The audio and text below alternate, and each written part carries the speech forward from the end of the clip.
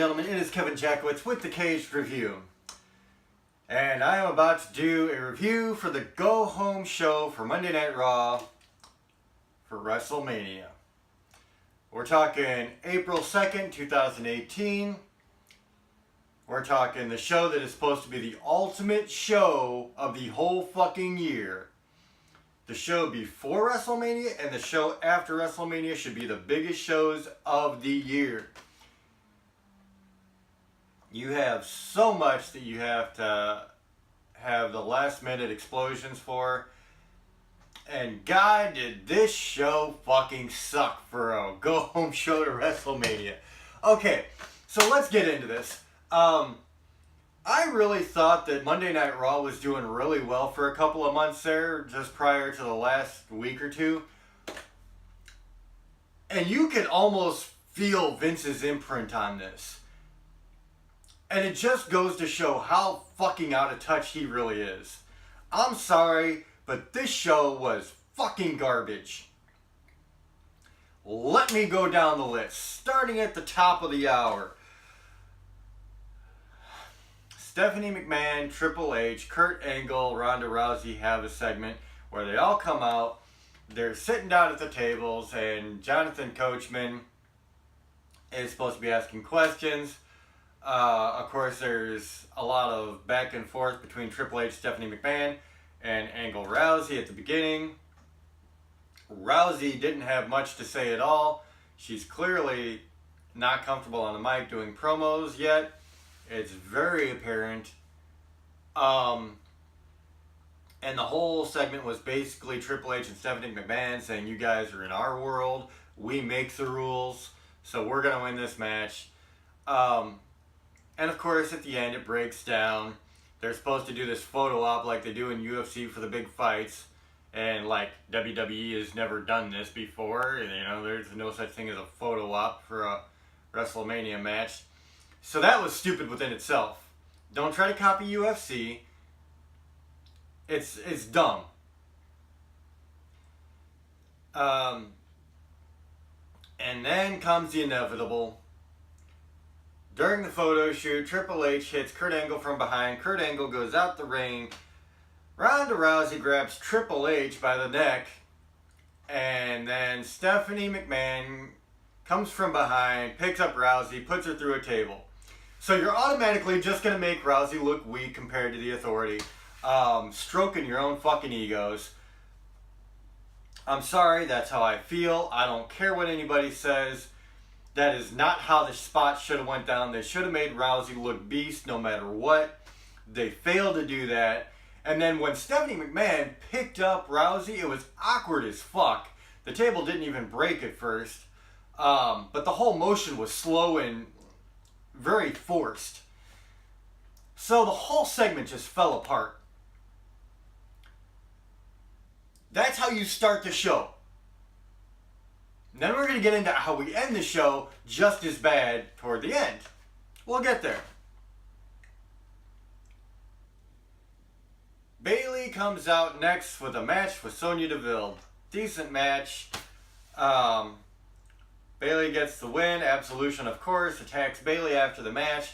Sasha Banks comes down and deals with Absolution and then says Bayley needs to raise her hand because she helped her. And of course, Bayley's like, I didn't need your help, even though she was getting her ass kicked. Then Sasha grabs Bayley by the face. They start going at it. Absolution comes back in, takes care of both of them. Builds up Absolution for the Women's Battle Royal. I mean, decent, not great. I really think that it sucks that Bayley and Sasha Banks don't have their own match at WrestleMania, and that they're doing this with the Women's Royal Rumble match, is where their feud is supposed to take place, basically. I think there's way too much extra involved there. I think Bayley and Sasha would be a gold mine at WrestleMania, but whatever. Then they cut into an Asuka promo.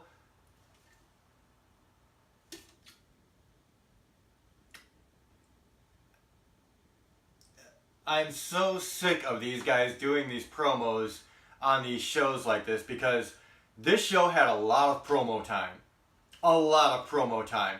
And they're just these pre-recorded packages put together by the editing team. And it sucks.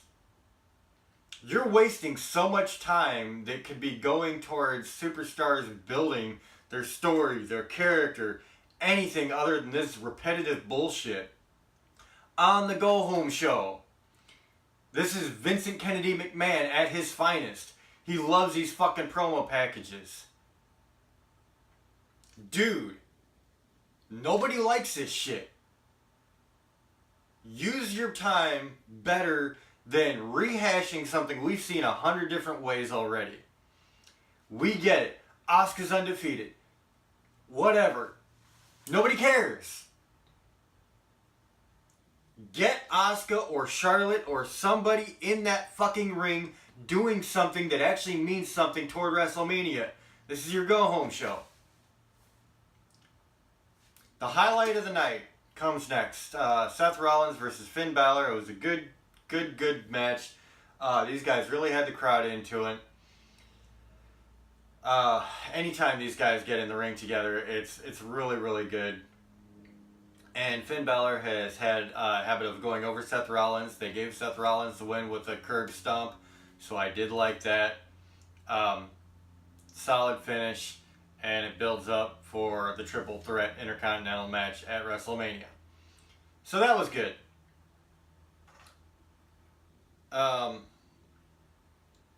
You have the predictable Kurt Angle, Paul Heyman bit backstage where Kurt Angle's asking Paul Heyman to make sure Brock Lesnar is in check tonight. He doesn't want anybody getting hurt. Paul Heyman says he's going to go to the ring and be nothing but complimentary about Roman Reigns. Of course, you know that's not going to be the case. So, whatever. Then the bar comes out and they do their shtick about Strowman and not having a partner, not playing well with others, and blah, blah, blah. Strowman comes out, says, I found a partner, and says his partner's only going to come out if he can have a match with one of the guys from the bar.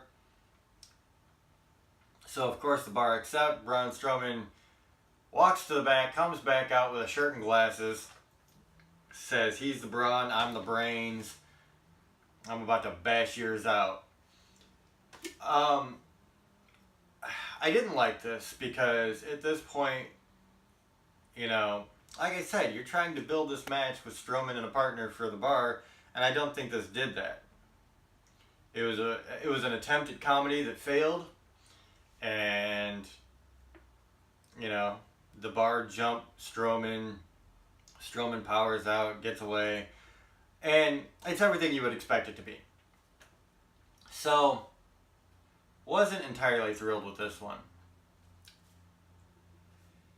Then you have Goldust does a promo for the Andre the Giant Memorial Battle Royal. And another promo following from Matt Hardy. And Hardy says Goldust doesn't have to worry about the Battle Royal because he's subject to deletion tonight, which is a match between Hardy and Goldust that follows. And what the fuck, dude? There is nothing between Matt Hardy and Goldust that anybody is interested in. Matt Hardy got over for a while. He's been misused, and I think the crowd is really starting to get tired of the way WWE is handling it. Goldust, I mean, come on, man. As much as I love Dustin Runnels, he just hasn't done anything, so nobody cares. There's been a lot of this in the last couple of weeks on Raw and SmackDown, where you just have all this weird shit just thrown together. Dude, it's fucking WrestleMania, and this is the go-home show. And this is what you're giving us? A match no one gives a shit about? Hardy ends it with a twist of fate. He wins. I don't care. So we're probably about 2 hours into this program already. And we've had one good match and a lot of shitty promo work. a lot of promo packages that are wasting time, and a failed opening. John Cena comes out, does his tired shtick, talking about how The Undertaker hasn't answered anything. Okay, well, he didn't answer tonight either. So, I don't really think that this even should have been on the show. Because it's literally a repeat of the last 3 weeks. So you got 4 weeks now where you've had the exact same fucking promo almost. Sorry. That does nothing for me. Literally nothing for me. I wasn't interested. Didn't care. If they would have had Undertaker do something, okay, maybe that would have been cool. But they didn't. And I guess they're saving the big surprise for WrestleMania itself. But you're not building. So Kurt Angle then has a backstage segment with Roman Reigns where he basically says the same thing he said to Paul Heyman. I don't want you guys killing each other tonight. You know, try to keep yourself under wraps. Roman's is like, I respect you, but if you start talking smack, I'm going to go out there and it's going to be on. Of course it's going to be on. It's the fucking go-home show to WrestleMania. I mean, as you can see, I'm really down on this show because they just blew it. They blew everything. You get another backstage segment with Braun Strowman walking back. Kurt Hawkins walks up to him and says, shirt says, Braun pick me. And Kurt Hawkins is like, hey, you know, let me be your partner. And Braun's like, well, what's your win-loss record? And, you know, Hawkins is like, it's really not that good, but this could be my big break. Strowman grabs him by the head, puts him through a wall, says, there's your big break. That was probably the second best part of the night, honestly, because it was actually kind of funny. They had, you know, something good there, so I'll take it. After that is a Nia Jax interview with Renee Young. And Nia Jax has been decent at showing emotion. I kind of like her promos despite her wrestling ability. So this wasn't a bad segment. I mean, it wasn't, you know, like great. It wasn't anything WrestleMania go-home show worthy, but it was a good segment. I'll give it that. So, I think there was a, oh yeah, that was a match between Alexa Bliss and Mickie James versus Asuka and, God, I can't think of her name, the tightest worldwide girl that cannot wrestle at all. Just can't. The kind of built blonde. Dana Brooke. So, Dana Brooke's in there. She starts out. She's getting her ass whooped throughout the match. A few missed spots. A couple really awkward spots. There was one where I think it was Mickie James threw a punch. And it was like so telegraphed. And like the block Dana Brooke did was just so obviously uncoordinated as shit. And of course, eventually Asuka gets in, wins the match. Don't care. Nia Jax comes down after the match, tries to get her hands on Alexa. Mickie James jumps Nia Jax, pays for it. You know, I feel like they've done that a couple of weeks now too. Not doing anything new, not really building anymore, just rehashing shit. And that brings us to the epic fail of the night, which was, of course, Brock Lesnar and Paul Heyman come out, and they're, well, Paul Heyman, I should say they, Brock doesn't really ever say anything, he just comes out and stands there. So Heyman, he's doing his shtick, he's saying how Roman Reigns is great, this and that, and of course it turns into, but he's not going to be Brock Lesnar, Brock Lesnar is going to make him his bitch. Roman Reigns comes out, there's a few wrestlers they put on the ramp to keep these two separate. Reigns says to the wrestlers on the ramp, are you full-time guys that bust your ass really going to sit here and defend this part-timer? So the C's part and they let Roman Reigns through. Trying to make hero of the locker room out of Roman Reigns. Vince McMahon is just dead set on Roman Reigns being liked. Vinny, it's not gonna happen. I know you go home at night and masturbate to pictures of Roman Reigns. We don't. Period. We just don't. I think he's gotten better. I think he's gotten better on promo work. I don't think he's as terrible as everybody says in the ring. He's had entertaining matches. He is not top guy quality. He's just not. And we're not going to accept him as that. So, of course, Roman Reigns, they're trying to make him out to be the hero of the locker room. He goes down to the ring. Superman punches Brock Lesnar like 5 times, and every time the boos just get louder.